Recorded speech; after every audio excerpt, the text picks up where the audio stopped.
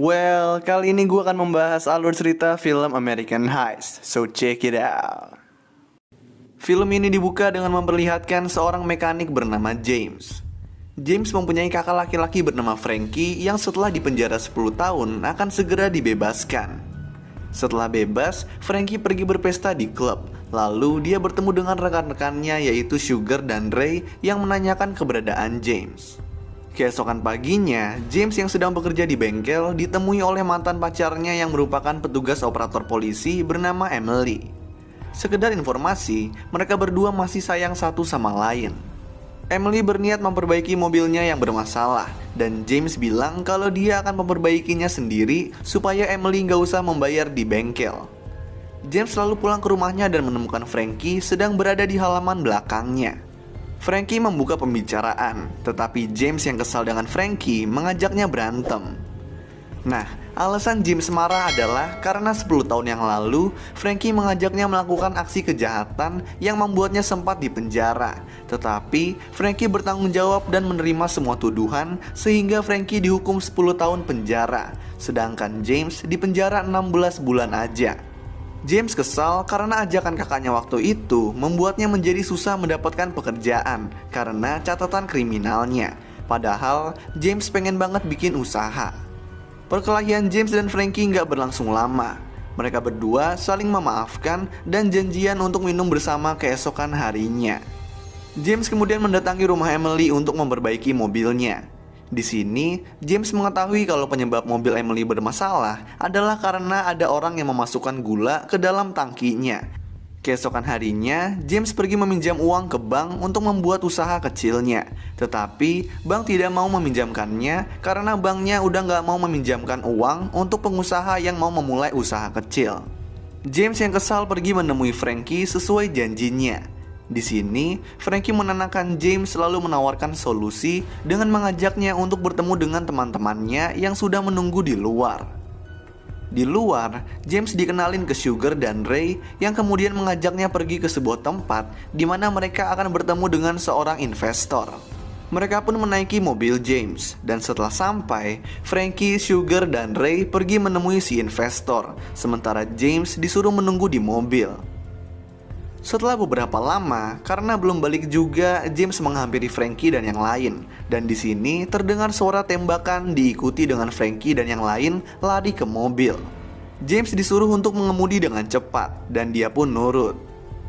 Mereka kemudian juga diikuti oleh polisi, tetapi James yang ahli mengemudi bisa lolos. Di perjalanan, Frankie kesal karena Ray menembak si investor sehingga mereka nggak mendapatkan apa-apa dan hanya mendapatkan masalah. Ray kemudian memaksa James untuk membuang mobilnya supaya polisi nggak bisa menyelidiki, tetapi James tampaknya nggak mau. Di saat yang lain nggak ada, James marah kepada Frankie karena menyebabkannya terlibat masalah lagi. James juga bilang kepada Frankie untuk menjauhi Sugar dan Ray lalu melarikan diri bersamanya, tetapi Frankie bilang kalau dia dan James udah nggak bisa pergi. James dan Frankie lalu bertemu lagi dengan Sugar dan Ray. Di sini, Sugar mengambil mobil James untuk membuangnya.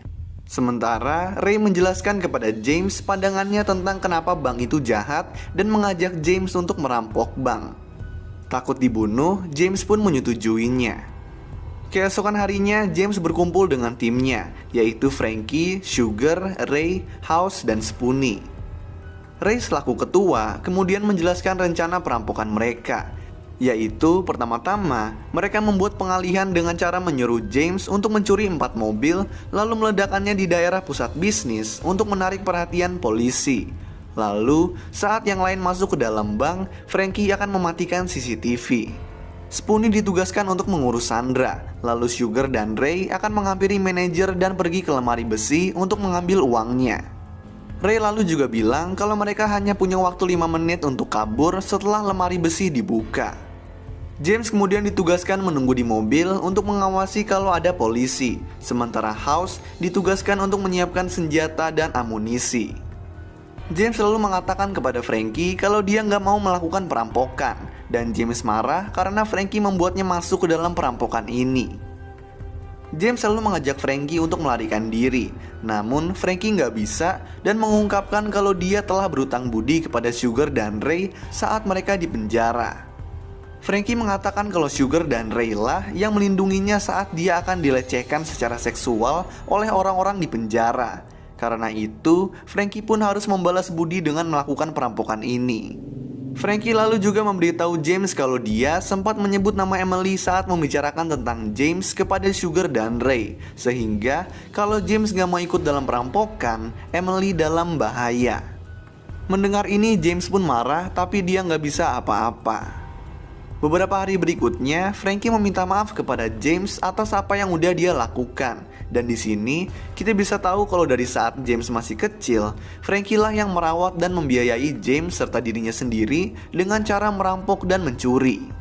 Ini dikarenakan orang tua mereka nggak bertanggung jawab dan Frankie lah yang jadinya harus mencari uang dan merawat diri sendiri serta adiknya.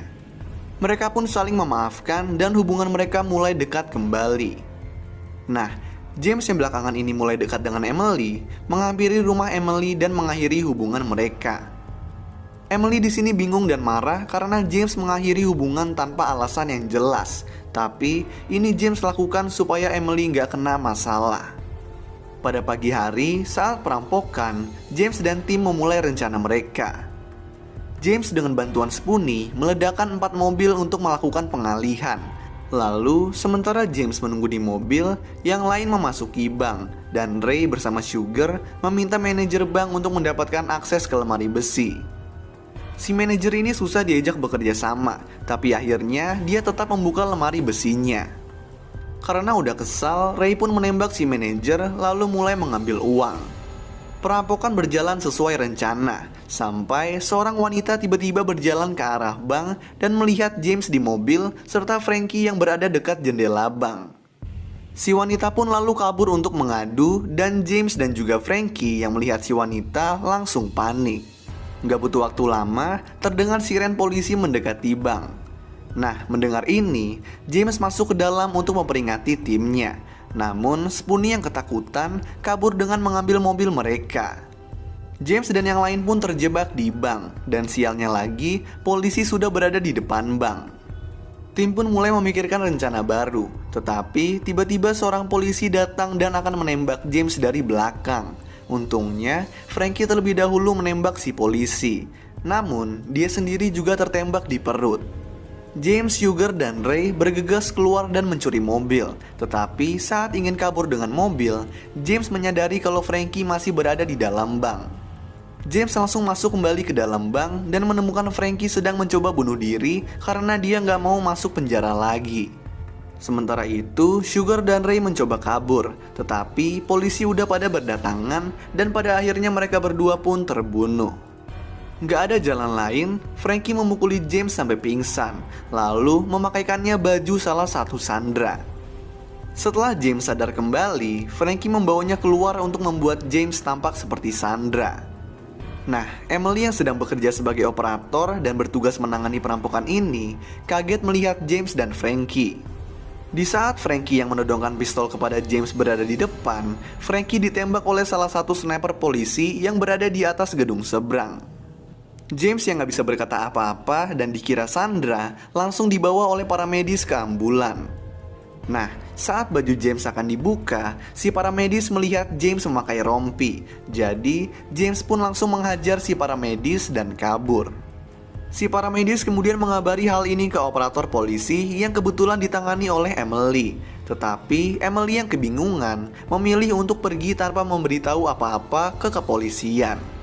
Di scene selanjutnya, kita diperlihatkan kalau James berhasil kabur melalui kendaraan umum tanpa ketahuan. Lalu, film pun selesai. So, itulah alur cerita film American Heist. Kalau kalian punya rekomendasi film lain yang mau gue jelasin alur ceritanya, kalian bisa tulis di kolom komentar di bawah.